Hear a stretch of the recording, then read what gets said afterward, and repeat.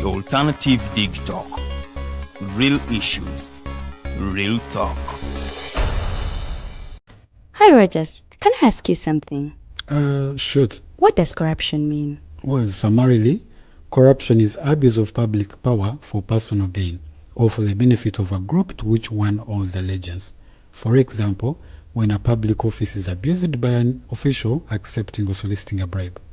By the way, private people can be corrupt too, like bribing police officers to escape fines. Okay. So exactly how does that concern me? Well, do you pay taxes? I guess yeah. What does that have to do with this? Everything. Because those taxes you pay are supposed to facilitate services you use, like water, electricity, roads construction, medicines in hospitals, name it. Okay, that is much bigger than I thought. But it can be stopped, right? Well, yes it can, although it may not be as easy as it sounds. And here is the reason why. Corruption roots are grounded in our country's social, political, economic, bureaucratic traditions and policies. So, what has kept it going this long? I mean, why don't we stop it? Well, the main reason why it has been here for so long is because institutions are weak, either as a result of poorly defined ethical standards of public service, weak administrative and financial systems, or ineffective watchdog agencies. What can we do to stop it? At a national level, we must focus on strengthening the independence and effectiveness of public institutions that fight corruption. At a personal level, we must commit to never giving a bribe. I promise I'll never give a bribe. Well, that's a great decision you have made. Me and you now have to spread this message to all our friends. If we all do our part, corruption will be no more. This message is brought to you by Alternative Digital.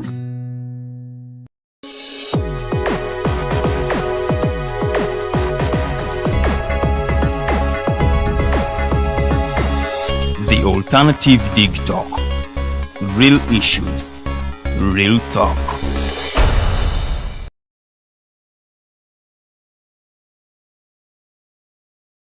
Good evening. My name is Tumhimbise and I happen to be the host of the Face the Nation show that airs live every Friday at 5 p.m. on our social media platforms. That is the Alternative Uganda Facebook page and YouTube channel, YouTube channel, where we broadcast from 5. And it's when we have our show, The Face the Nation. We always bring you a variety of big wings, both in government, opposition, opinion leaders, to mention but a few. Gladly today, we have one of the most senior citizens by the names of Wasswa Lule.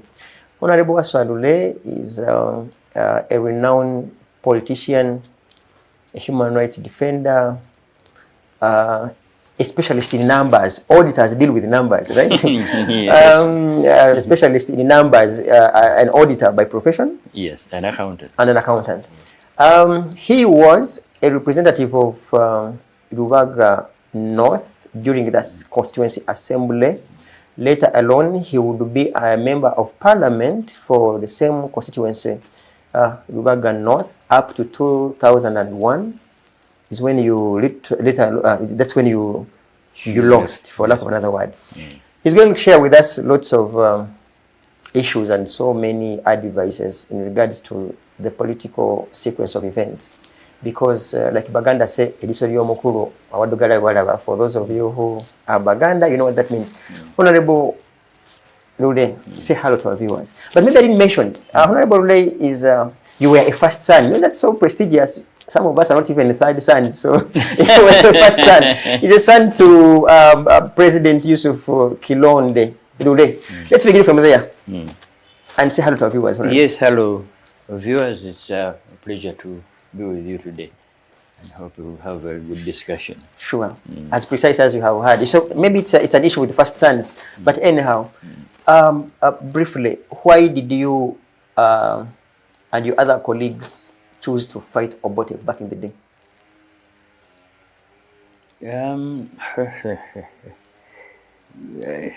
Well, I was in the UK from 19 72, thereabouts. I left at the time of the departure of the Ugandan agents. And following the sequence of events, what was going on in Uganda, there were very many human rights issues. It wasn't just, the issue was not, it started during the time of President Amin.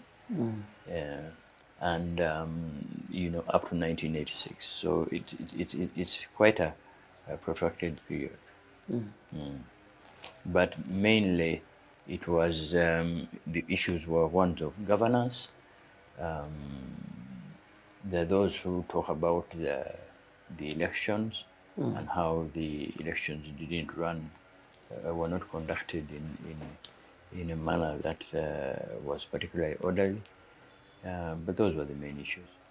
Are you convinced that purely it was an electoral issue that led you and others? Because, for lack of another word, even when some of your colleagues were in the bush, you were in what I would call in an advanced bush in Europe, trying to solicit resources. Yes. Were you convinced at the time that indeed elections were rigged, and also to justify your war? Because there were other means. There were courts. Why didn't you choose to go to try court? The politics of the time. Remember, at that time, 1972, I was not. In 1972, when I left Uganda, I went abroad to continue my studies and to work. So I was not in the political arena at the time. I joined the political arena at a later stage. But of course, when you are abroad, you monitor. So and eventually a time came when, remember, this is now the post-Amin era. Post-Amin era. We then go to my father's presidency, right? He was incarcerated. By the time your father became president, you weren't around. I was in the UK. Yeah. So I was in the UK at the time. He was incarcerated in a foreign country. Eventually, he was freed. From TZ? Yes. But remember, the procedures that we went through, there had been a war to change, that came, resulted in the change of the Amin government. So I think this is like a follow-on. Maybe even before for young generations, because I don't want to say one, because you are ahead of us, by so many generations. When your father was toppled from presidency, yes, because he was president here, so was he incarcerated from here and taken to TZ? Yes. Or as a prisoner, from presidency to a prisoner, but again from your country to TZ? Is that what you... the official position is more likely that he was a guest, but a guest whose movements were restricted. So after losing presidency, he's invited to TZ, subsequently arrested? He's put on a plane and transferred to TZ.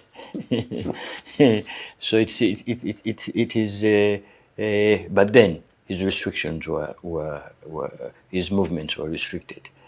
So we now had to go into a campaign to ensure that he's eventually released, and he is released. Don't you think one would interpret that as your hatred towards Obote because the forces therein that led to the arrest of your dad, there is no way you can get Obote out of it, and could that be the reason for which you had to support NRA and your father to, again, fight Obote later in the day? Yeah, but you can't call it like hatred. Maybe we could call it justifiable hatred. Yeah, you see, if somebody is incarcerated for no reason and he's taken into a foreign land and he was a president and the other country was involved in the changeover, I don't think that something like hatred. Yeah, you can say that it was an act of friendship. Okay. Yes. So yes. So, and politics is politics. If you feel that it was your presidency, how that came about, and it came about in that way. Eventually, how some of these things come about is the mere fact that he was incarcerated, and there did not seem to be, one had to get into a protected campaign to ensure that he is freed. It means that there's a lack of freedom, not only for the individual, but even for his presence in the country. Remember, then when he was released, he was released and put on a plane to the UK, not to Uganda. Yeah. Okay, obviously we are with the Honorable Wasswa Lule. He continues to share with us because we didn't want to dive into the current politics before we get to the foundation. I want to ask you precisely, your father founds UFF. Yes. And Uganda Freedom Fighters. Uganda Freedom Fighters. Yes. And later alone, amalgamates UFF with Mr. Museveni's People's Patriotic People's Redemption Resistance. No, previously it had been PRA. Yes. Before he made NRA. Yes. Do you ever regret such a move of your father working together with NRA, because he had a very strong force, for lack of another word, that was fighting in Matuga, I think around Nabingo, and later alone he fuses his force with the NRA. Did you ever have any bit of a discussion, especially later after you saw falling out with President Museveni? Well, we'll reach that, and because you're starting with a comment of my point of departure. But of course, like at later stage, you must have asked Musei, like, I think it was a bad move to get UFF and then NRA. Maybe this man wasn't worth. No, I don't see anything wrong with it, and I don't particularly regret it. If you didn't take that path, politics would have still ended up in that way. It's just one of those things. I think God determines what you do. It was fate. It was the struggle, as we termed it, was a national struggle. It wasn't an individual struggle or a tribal struggle. It was a national struggle. So you join with other people with a common interest. Okay. Now, another one. We have seen so many first sons being at the center of politics, especially when their fathers are in control. During such talks, are there moments where you would feature alongside your father on the right hand? And let me put it this way: when my father was president for those, however, was it 2-3 months, I did not step in Uganda. I was abroad. I was working. I had responsibilities. I just could not just get up and go. And later on, even when I was appointed as Deputy Inspector General of Government in the NRM. Yeah, we shall reach there because there are somewhere I read. Yeah, but I'm just saying the issue. Even then, it took me 2 years to take up that appointment. So the question of being with your father, because a father is a president or is in office, and me rushing, or my relatives rushing to be in things, has never been there. If I may ask again, do you want to say that it is only you that later alone worked with President Museveni? Rather, that it's only you that later became part of the governance in this country? None of your members ever got such an opportunity to serve in different capacities directly? My sister was a member of UPM, which is Museveni's party. She campaigned for President Museveni. So if you go back, so there are interactions. Okay. Yeah, and she even during this post-1986, she was appointed as an ambassador in Germany and the Vatican. My elder brother also served in government. So there have been government in things, for lack of another word. Like no, not in things. Governance. Not in things, because remember, none of them held office during my father's presidency. Yeah, sure. None of us, right? I physically was not here and others also who were abroad and whatever. Not everybody came back because President Lule was president. Okay. Our viewers, we are with the Honorable Wasswa Lule. We will reach where we are sure you want us to reach. Somewhere I read that the president, through Honorable Dr. Samson Chiseka at the time, he's the one who delivered your appointment letter to become Deputy IGG. Yes. And took you some good time to accept the appointment.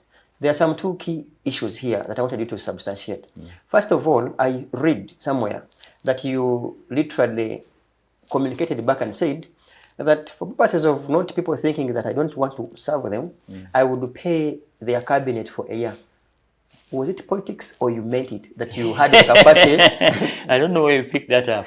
That I was political, I was stalking you, for lack of another word. So I read that you said, because I don't want these people of NRA to say that I don't want to serve them, I will pay their cabinet for 1 year. That was in a conversation I had with the late Baraki Kiria. You meant it? I said it for 2 months. Not 1 year. Not but even 2 months. Paying someone's cabinet for 2 months it shows some bit of that strong financial muscle. It's just unimaginable that this, in quotes, a political, do we call you a political refugee back in the day at the time, or you were both a political refugee and a professional now in UK? But the salaries at the time, I don't know, when I joined the government, I think I was earning something like maybe 200,000 shillings. After they removed the 2 zeros and 30%, but whatever it was, they were mega sums of money. You were able, at the time you had the capacity to pay this gentleman's cabinet for 2 months. How large was the cabinet? Was it something like today's 20 to 30 people? Yes. So even if you are paying 1 million shillings per head, you're not talking about the allowances and whatever, but you could pay the salaries. It's a big milestone. We haven't had anyone say such, but no, as I said, it's a conversation I had with Baraki. I don't know where he picked it up. I don't know whether he wrote it somewhere. Why did you decline the position in the first place for that period? I did not decline the position. I deferred taking it up. I had a responsibility. I was working in a bank, Lloyd's Bank, and I was heading a development project, a large development project, probably the largest at that time development project that they had in the bank. Here I am a Ugandan with so much responsibility, and you don't just walk out.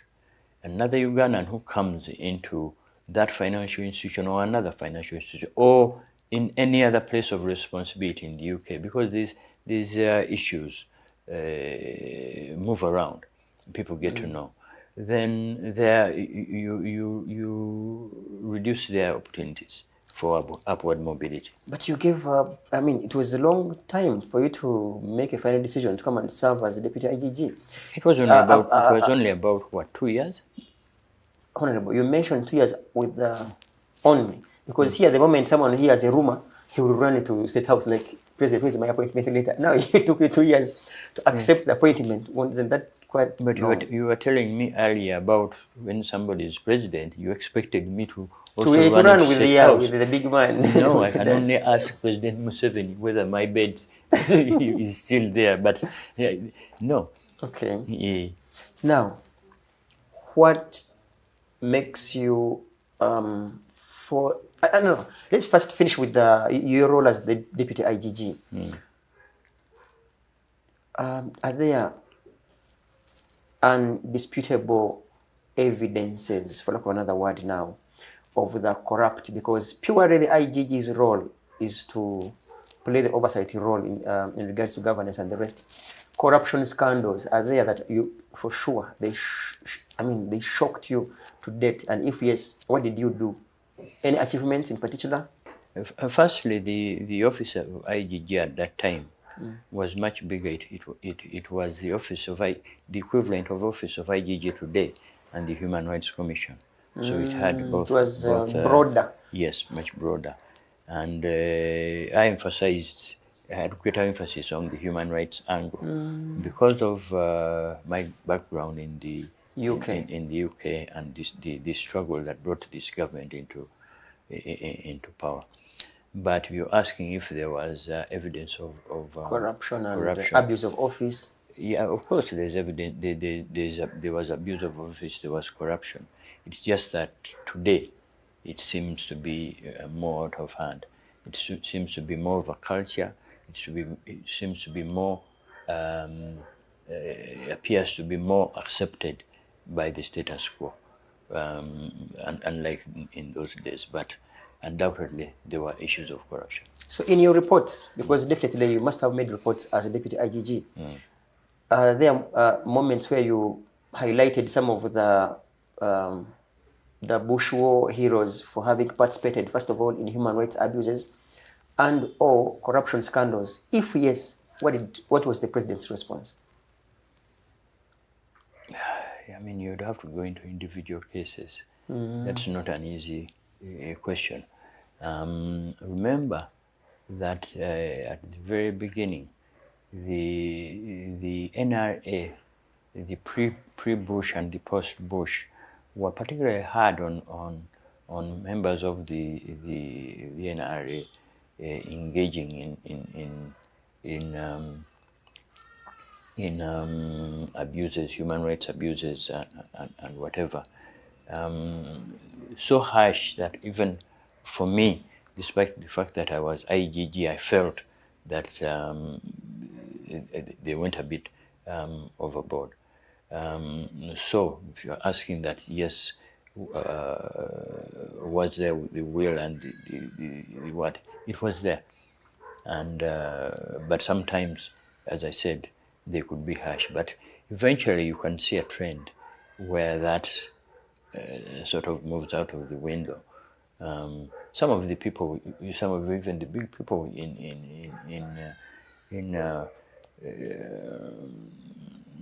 NRA in the bush, if I remember, I can't remember specific names, but people I think were executed for misbehaving in the villages and whatever, and causing harm to people.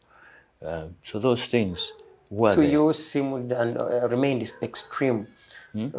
Such measures to you as someone who was literally heading human rights, for, of course, under the deputy IGG office, seemed extreme.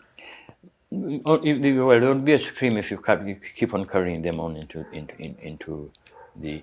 You remember they introduced the UPDF Act at the time. The court martial. Yeah, the first draft that I looked at was very, very harsh, and I wrote an article and criticized it. I remember, they had in peacetime you could have a field court martial, and you could take a soldier and execute them. And I remember it firing squad. Firing squad. I think it happened in Mbara, and I went ballistic. Yeah, you see, that's the hangover I was talking about. And I went ballistic. I just couldn't understand. Yes, the difficulties in the bush are different from when you're in power. From peacetime. Yeah. Okay. Yeah. Now, Honorable, people like you and others that trail for, if I may apply the word, to trail the corrupt and human rights abusers, most often get threats. Did you ever get some when you were still serving as deputy IGG? Like, oh, this is some big general or some big colonel, and you want to poke your finger in his office or something? The generals and the colonels who are not... at least there were some majors back in the day. Generals hadn't, I think, I think there are like 2 or so generals back in the day. Saleh, Mr. Museveni, and very few, if any. Okay. The rest were majors. And let's describe them as the uniformed people. Yeah, sure. Were not a problem. They were very disciplined. But as for threats, 2 or 3, maybe. But that was not my biggest worry. Okay. Yeah, and I'll tell you that because during the time when I was deputy IGG, I did not have a bodyguard. You now see with the lead cars, people, lead cars, and the ones that are following, and the AK-47s and whatever. I would move around quite freely. and conduct my business. In fact, I would go out many times. I would personally go out into the field. Sure. Yes. Good to hear. Much as we know we don't have enough time, you've at least given us a preamble that will dive us into what brought us here in particular. You are falling out with Mr. Museveni. Maybe you give us a why. Yeah, but you describe it as falling out. Is it? Do we call it? What do you want? How do you want to describe it? Our viewers think it's a fallout. What do you call it? Yeah, I was employed in government. The terms of my employment included the possibility of termination, and the presidency exercising the right You had served to enough. terminate. You see politicians coming in and others going out for a variety of reasons. So you could describe it as a falling out, but I think it's I think it's the presidents exercising their right. Unless you have specific instances of which you say this appears to be like this, but otherwise that right was exercised within the terms of my employment. There are some people that have been dropped. Let me now apply that word.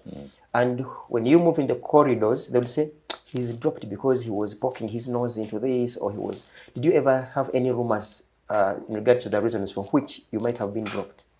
Well, the only signal maybe that I can point to is the fact that I had to walk from the office back here to my residence. What do you mean? Well, when you're given your letter of termination. Oh, wait a second. When you were terminated, Yes. you walked from your office to here? Yes, from Yusuf Lule. From your father's road? The name mentioned before your father? Yeah, to Yusuf Lule. Why? In Longujia. Yusuf Lule in is it Nakasero? Yeah. To Yusuf Lule in Longujia.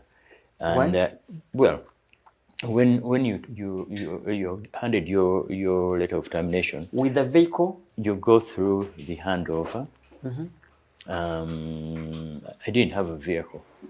The vehicle was For the office? Was an office When you vehicle. handed over? Yes. There was no room for the very vehicle to drop you home? I'm telling you that I walked from that office to there. That's number one. Number two, my final salary I did not get. My terminal salary, maybe it was 2 weeks or whatever, I don't remember, I did not get. Then in my terms of my contract of employment, there was a gratuity. Yeah, sure. That I've never seen. To date? Yes. Over, let me see, 36, 7 years down the road. Yeah.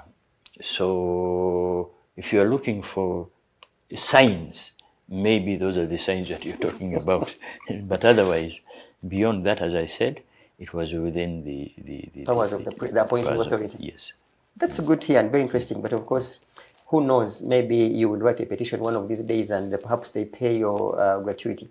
Now, no, you see, you have to be very careful and note how the political environment and even what I was told, you can spend a lot of energy and resources chasing something which you're not going to get. So it's best that you leave it until rest. You get that environment where you can now raise the issue. Okay. Now, you serve briefly in the NRA back in the time system. NRM. NRM comes later. It's no, NRM was there with the NRA. But not formally as a political party as later it would be in 2005. No, but remember it was a movement system. The movement system was NRM. Unfortunately, or otherwise, the party adopted. Yeah, the very name when political parties were... right, and also some of the goodwill of the original movement. Yeah, sure. Yes. Now, my question remains, why, how did you rather now come to be part of the DP? Because historically, when I read about you previously, like I said, your dad has Uganda Freedom Fighters. It is merged with PRA to form National Resistance Army / movement. Yeah, but where your father was. You take my dad from a particular point of history. You should take it. If you take it slightly further back, there was a time when he was coming to stand in DP as President General. So history is so there is is a bit that long. blood, that green blood in your DNA. Okay, so now that justifies But anyway, your DP roots. how I joined DP, those were not my DP roots. My DP roots start from the late Robert Chitariko and Zachary Room. They are the ones, they were great friends. We used to meet somewhere in Johnson Street and chat about issues, how the country is moving and whatever. And when I went into the Constituent Assembly, 1993, 94? yes, into the elections. I remember I started my campaign in Busigad, the community center. And those two gentlemen came to help me kick off that campaign. And I remember it very distinctively because I didn't realize the significance of it until when they were arranging the place to sit down, and people had started arriving.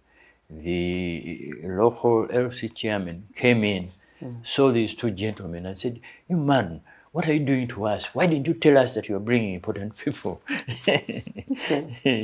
Yeah. So that's how you are convinced to be part of DP. That is the history. Okay. So it is more the influence of Zachary Olum, who is still there in Gulu, and Robert Chitariko, the late. Oh dear.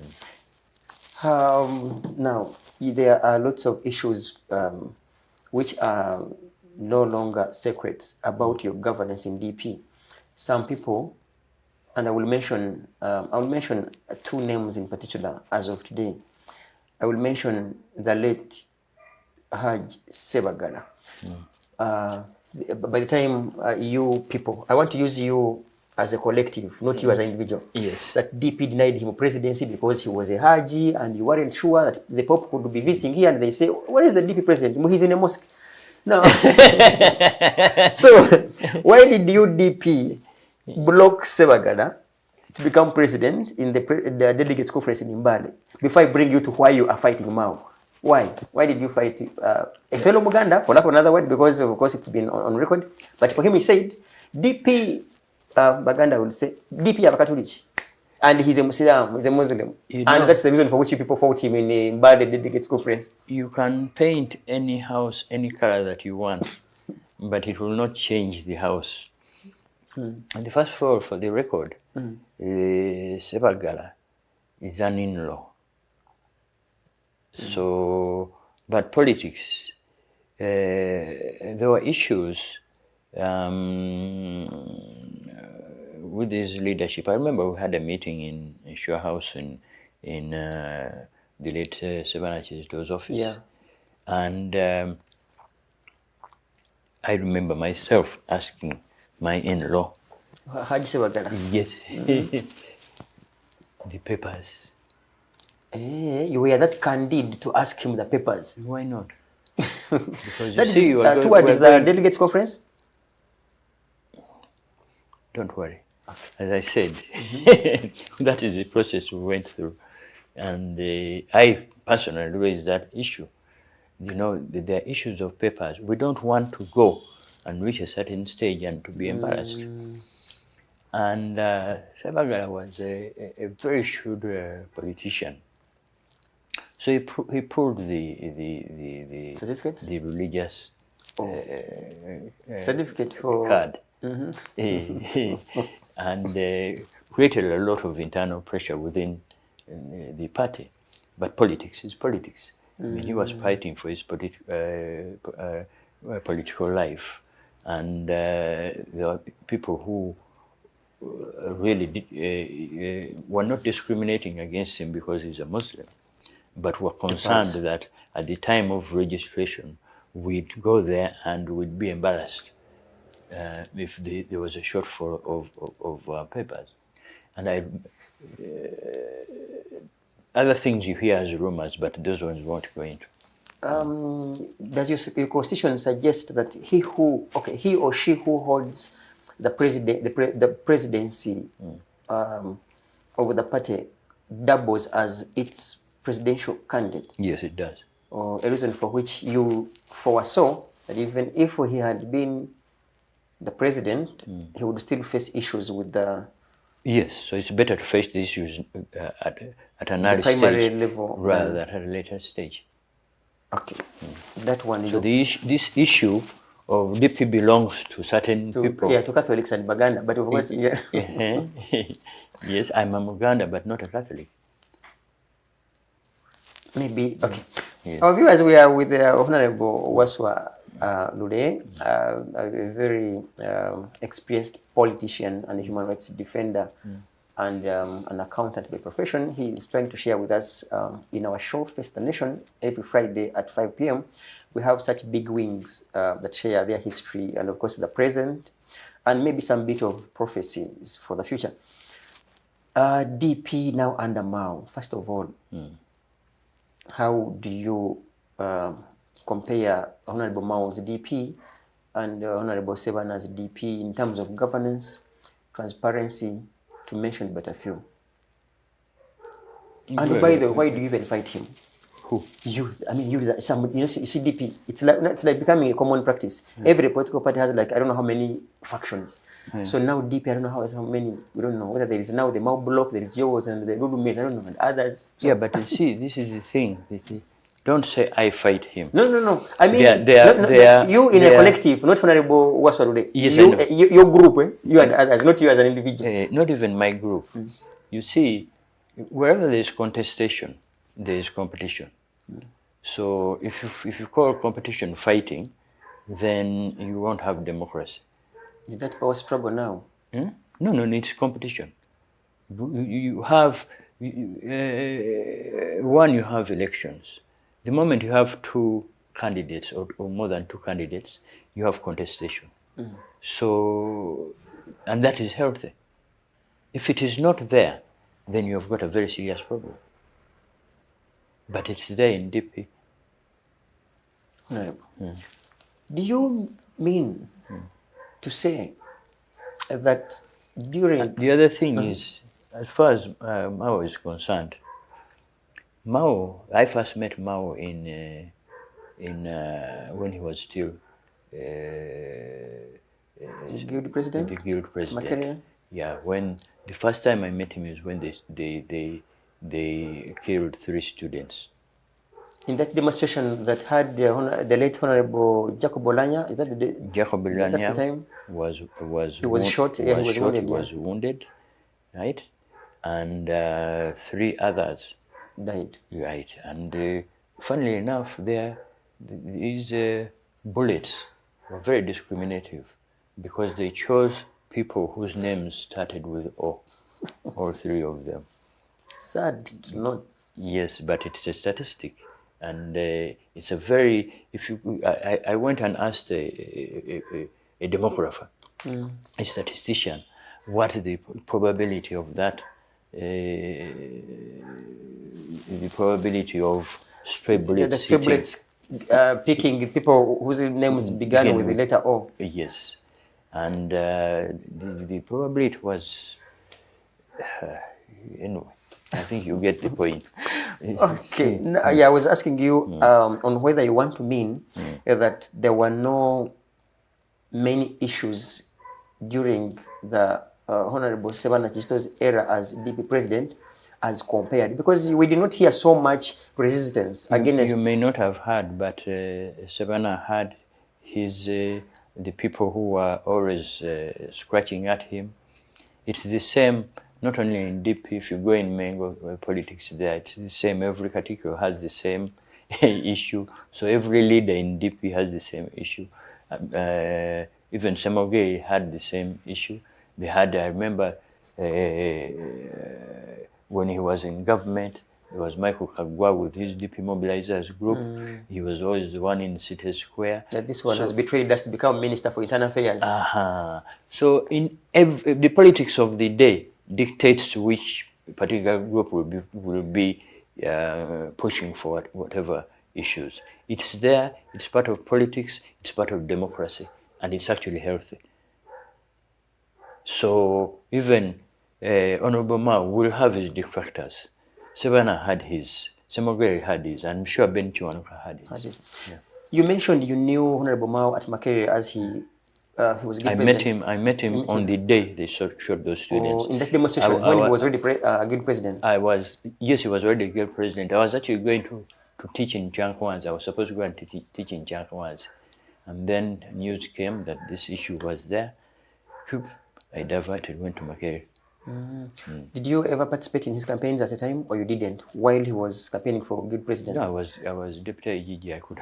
There's no way you could have given him a hand. I was not even a member of DP at the time. And I don't know even if he was DP or whatever. No, he was DP against the NRA candidate Noble Mayombo at the time, and of course he won Noble Mayombo with a landslide victory. Now, let's talk about the delegates conference recently concluded. Yes. How was it in your view? There was contestation. Is it a genuine contestation? Let me put it this way. The overall aesthetic of the campaign did not go down very well for one particular reason. And that was partly how it was covered in the media. I think it could have been managed better, but the appearance of people appearing to take away ballot boxes. If you go into the real issues and ask what happened, there was an announcement that the ballot boxes are going to be moved. The candidates and their agents moved with the ballot boxes. With the ballot boxes.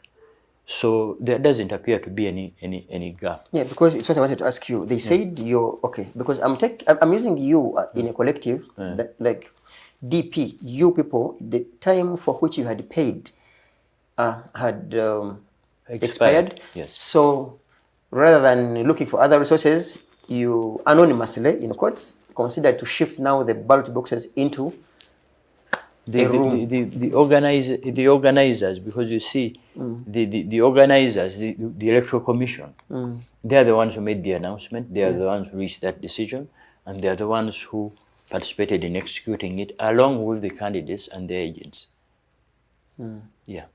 So, but on the media, I was actually not even in Mbarara. I was monitoring, live streaming in many cases, but the appearance on the media was very, very negative. You have to put your conflicts, your internal conflicts now, the blame onto the media, rather than managing. I'm not blaming. Rather than managing your I'm telling you what actually happened, but that was not reflected in the media. Now that gives a plus to Mao, who had been chosen by many for having now here, grabbed the boxes, and so that is now the positive thing that media did not play its role. Let me correct one thing. Let's say things went wrong, but who organized the election? The present government in DP, the leadership of DP. And then what is the role of the Electoral Commission? To be fair, free, and just. But is the Electoral Commission the government? You see, it's a bit like our National Electoral Commission. You can say that the government might have some influence, but you can't accuse the government of the one being the Electoral Commission. This is what I want to correct. It's best that you focus on the Electoral Commission and how they handled the transfer of the boxes rather than individual candidates. You never know, behind the scenes they may have influence, but you are not in a position to accuse them. But the press, by censoring what they put on the air gave that impression. Because, and I don't blame the press, because you are looking for what sells newspapers. Not And us, the- no. now the tables are turned. Yeah, sure. Of course, not us. Perhaps there could be some media houses that choose that. Now, Yeah. in a few minutes that in these few minutes we're left with, are there some specific achievements that you would just thump yourself and say, okay, Mao may be bad with his leadership, but at least on these ones, he's I don't think it's he's fair, a white angel. fair to ask me, especially in where I didn't participate in an election in the actual No, I voting. mean generally, Honorable, Yeah, but as president, not just this previous delegates conference. I mean, previously. I'm just saying it's an awkward question, because you're asking me to defend an individual where we've had a hotly contested election. I'm actually in the process of trying to see that there's some reconciliation and healing. So if you're in the preempting the other efforts. No, not only that, you also you could also paint me as being a Mao man rather than a DP man who's trying to see that DP becomes one and DP united. heals. Yes, it becomes one. And What is united. your way forward now? Yeah. What's your way In forward? DP, Yeah. that is the way forward that I'm talking about, Are you to going see to that there's some court? reconciliation Are and you healing. taking legal action? Are you doing background discussions There- so that you can have there- mediators on board? Okay, paint for us a picture. No, this is what I'm saying, that I'm involved in trying to see that there is some healing within the party. I can't go into the details because I'll be preempting what I'm doing, right? And I cannot be seen to be falling on one side, right? So even in the build-up to the elections, we monitored. I was the one chosen to go when he was actually being nominated. Others went on when other people were being nominated. So we were there, we observed, and as I said, if you ask me to look at the process, there are things that went wrong, or even appear to go wrong. So the aesthetic did not come out very well, and I think you can look at the management of the people who managed the process. They could have managed it better. Okay. Finally, I have two specific questions and we close. The disease that is eating up DP is the same disease that is eating the bones of UPC, eating the same bones of FDC, eating the bones of, I think, even NUP itself, it's already cracked because you see the Puga faction breaking away. Which other party? Of course, UPC have mentioned it, JEMA, you can't even ascertain what it is about. Apparently, a party that you might think in the public that it is still one, maybe alliance, but of course, non-visible. This is honesty. What is the problem with political parties in this country, given your seniority? What is the disease that you're talking about? Because I don't see. Factions. There are factions. People are choosing, for instance, DP, they will say, of course, it's on record, Honorable Mao is serving NRM as a minister for Justice and Constitutional Affairs. When you go to UPC, they would say, look, the lady is serving as minister in Mr. Museveni's government. When you go to FDC, Dr. Besigye and the team will say Mafabi, Amuriat, and others are eating from the dictator. You and NUP will say Honorable Mpuga, Abedi Bwanika, and others, you are eating from the dictator. That disease. So which disease of the dictator? No, the disease of not having a one straight and formidable force when it comes to a political party. That you say, this is a solid DP. Let's first agree on one thing. In every political party, you'll have factions. Even You'll have groupings. in the UK where you are, were there such fights in Yes. the Labour Party and Not Conservative? fights, I said factions. Okay. Groupings. I'm a in DP, I'm a member of the regreening. Of Regreening. regreening. Yes, making DP more Greener. green again, green again. It's because we saw that the party was weakening and it needed Turning into light green. No, that's into darker green, Dark or green whatever, than light green. if you look at it. So, but we're not fighting. We are, yes, because right now we're engaged in the process of trying to bring the different groupings together, right, and trying to heal the wounds that came out of the elections. So the fact that they're groupings is not the ill. And as I told you, you must have groupings if you're going to have contestations. You can't have 3 people contesting for one office using the same campaign team. Right? So you'll have 3 campaign teams. That already is a group. But by look of things, it's beyond groupings now. I think what you're trying to say, you should look at The some oneness of the evidence of the fallout. You should be a little bit more detailed about what evidence you've seen of the fallout from the elections. Then maybe I can address that, but not the fact that they are groupings. The groupings themselves, that's healthy, and it will be in every party. Okay. You avoided my question, which I want to bring back, and we close. Yeah. In your view, Yeah.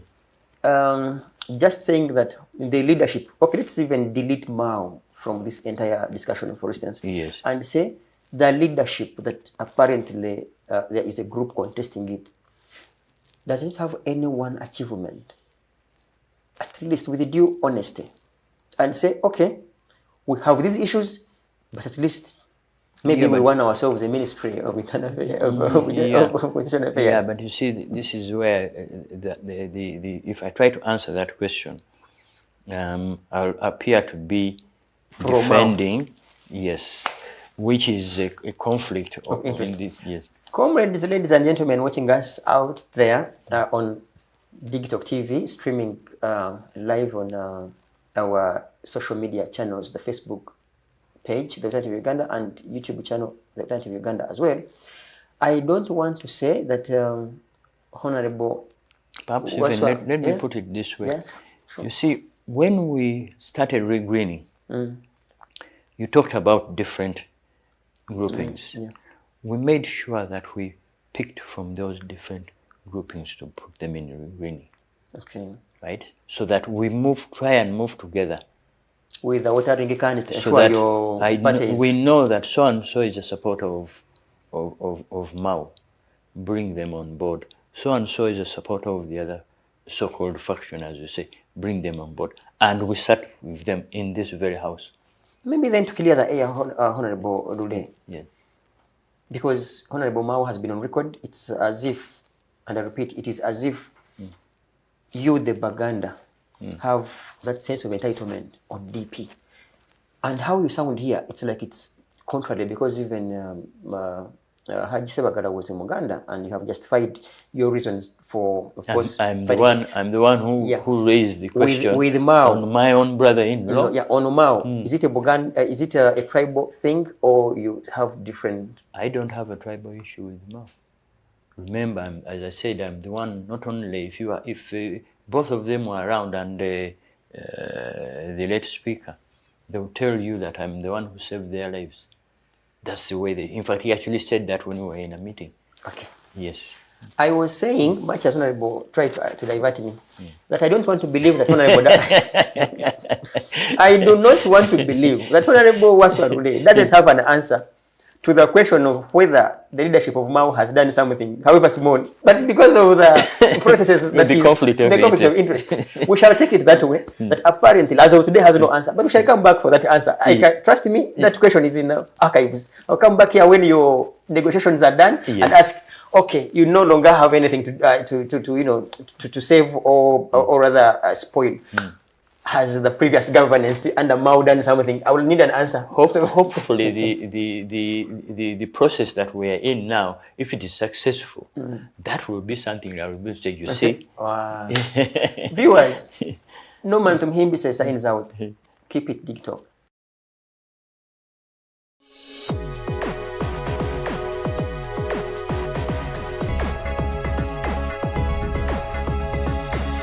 The Alternative Dig Talk. Real issues, real talk.